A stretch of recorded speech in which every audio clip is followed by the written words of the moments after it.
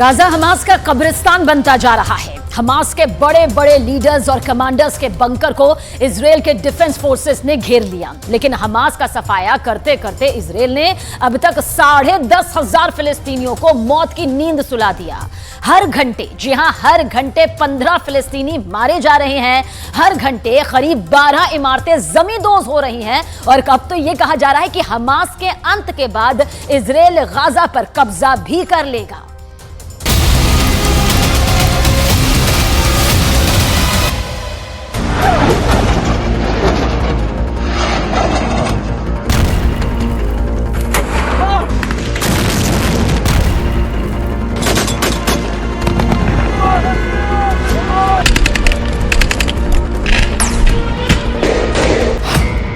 एक के बदले 7 मौतें।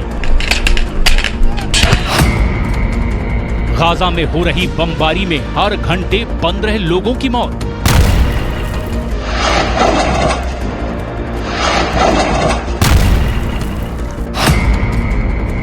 हर घंटे 35 लोग जख्मी।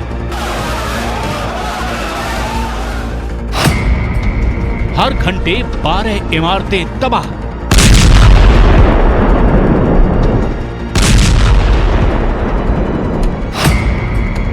इजराइल ने मारे अब तक 10,500 फिलिस्तीनी। हमास ने मारे 1,400 इजरायली।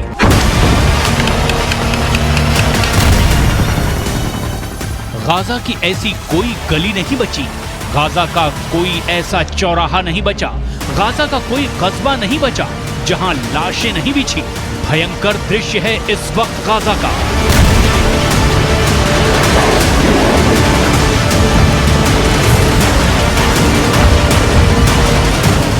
हमास का एक भी आतंकी ना बचे, इसके लिए इजराइल गाजा पर भीषण हमले कर रहा है।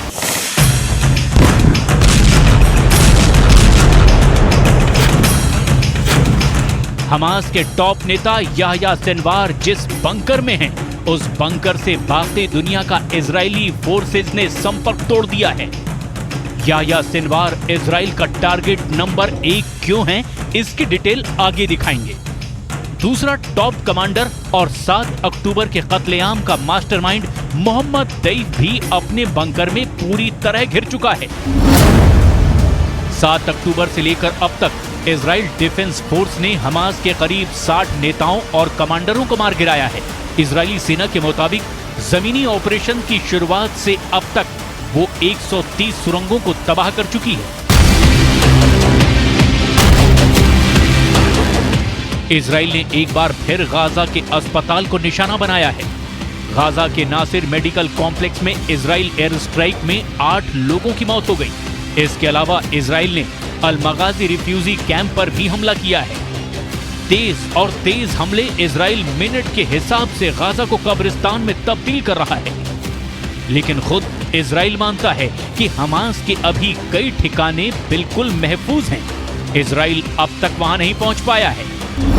हमास ने इजराइल से मोर्चा लेने का ऐसा कौन सा फुल प्रूफ प्लान बनाया है जिससे वो 1 महीने से भी ज्यादा वक्त से टिका हुआ है, उसकी डिटेल भी आगे आपको दिखाएंगे। इजराइल युद्ध का ये प्रचंड काल है, महाविनाश, घनघोर और भयानक। इजराइल खंभा फाड़ हमास के बंकरों में दाखिल हो रहा है। हमास के कमांडरों को मौत की नींद सुला रहा है। इजराइल युद्ध की सबसे लेटेस्ट वीडियो आपकी स्क्रीन पर है। इजराइल ने उत्तरी गाजा में हमले तेज कर दिए हैं। इस बीच उत्तरी गाजा के लोगों को दक्षिणी हिस्से में जाने के लिए 4 घंटे का वक्त दिया गया। इजरायली सेना ने इसका ऐलान 2 घंटे पहले किया था ताकि लोग निकलने की तैयारी कर सकें।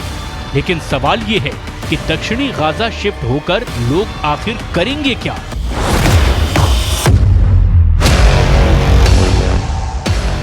आम फिलिस्तीनियों की जिंदगी की गारंटी है? बिल्कुल नहीं।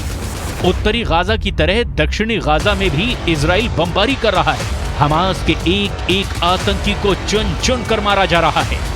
रास्ते में चाहे वो जबालिया का शरणार्थी कैंप आए या फिर अल शिफा अस्पताल, इजराइल के लिए हजारों जान से ज्यादा कीमती है हमास का एक आतंकी का मारा जाना। जिस याह्या सिनवार की तलाश इजराइल कर रहा है, उसकी कार्रवाइयों का भी कच्चा चिट्ठा देखिए। साल 2015 में अमेरिका समेत कई पश्चिमी देशों ने सिनवार को आतंकी घोषित कर दिया, जिस पर बर्बरता का आरोप लगाते हुए इजराइल की सेना उसे खान यूनिस का कसाई भी कहती है। सिनवार को जिंदा ओसामा बिन लादेन भी कहा जाता है। आरोप है कि इजराइल में मौत का खूनी खेल याह्या सिनवार ने ही खेला और 7 अक्टूबर से ही आईडीएफ यानी इजरायली डिफेंस फोर्सेज को सिनवार की तलाश है, लेकिन अब तक ये बचता रहा है। लेकिन अब आईडीएफ ने एक नई प्लानिंग की और इस प्लानिंग के तहत जिस बंकर में सिनवार छुपा हुआ है उसका संपर्क सूत्र काट दिया गया है, ताकि राशन पानी की कमी से जब वो बाहर निकले तो बाहर बैठी यानी टनल के बाहर बैठी आईडीएफ के फोर्सेज उसे अपने निशाने पर ले लें। याह्या सिनवार 1962 में दक्षिणी गाजा पट्टी के खान यूनिस शहर में पैदा हुआ था और उसे 1980 में गाजा का सुरक्षा प्रमुख बना दिया गया था।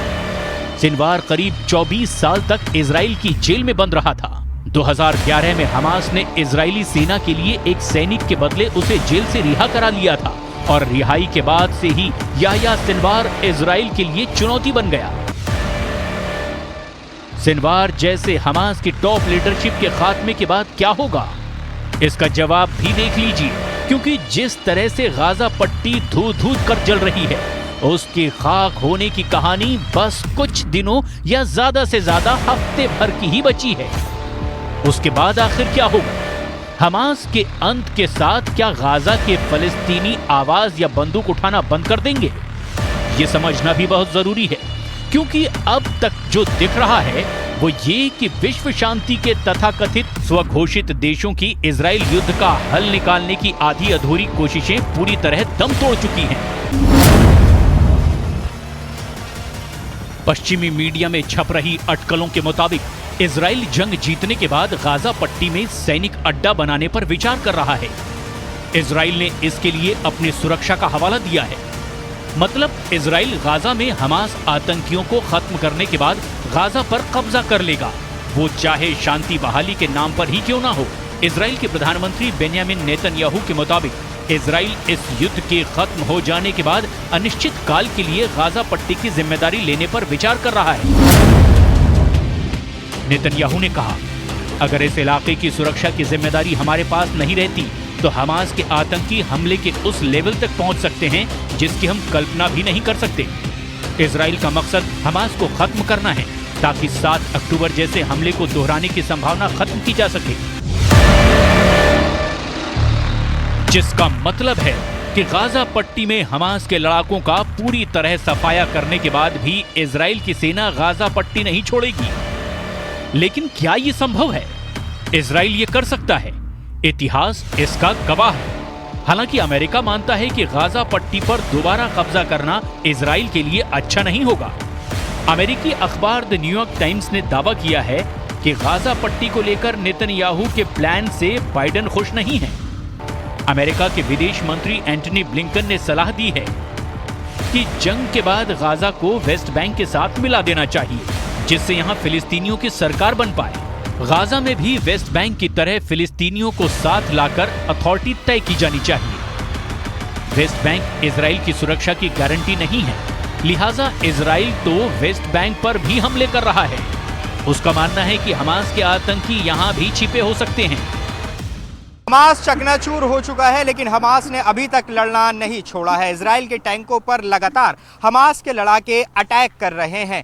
हमास इतनी तबाही के बावजूद सरेंडर करने के लिए तैयार नहीं है, जबकि इजराइल ने दो टूक कहा है कि जब तक हमास का एक भी लड़ाका जिंदा बचा है ये हमले जारी रहेंगे। इस बीच फिलिस्तीनी क्षेत्र के अंदर मानवीय स्थिति गंभीर होती जा रही है, जिसका कोई अंत नजर नहीं आ रहा।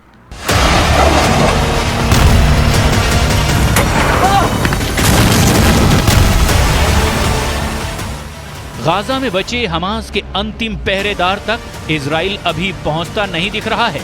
न ही संयुक्त राष्ट्र की बैठकें या कोई और बैठकें जलते गाजा को बचा पाने में समर्थ हैं। हमास का अंत तभी निश्चित हो पाएगा जब लेबनान से हिजबुल्लाह का समर्थन, यमन से हूथी का समर्थन और सबसे बड़ी बात कि ईरान का हमास को समर्थन मिलना बंद हो जाए। क्योंकि हमास तालिबान नहीं है, जिससे अमेरिका ने पूरी दुनिया में अलग थलग कर कामयाबी हासिल की। गाजा में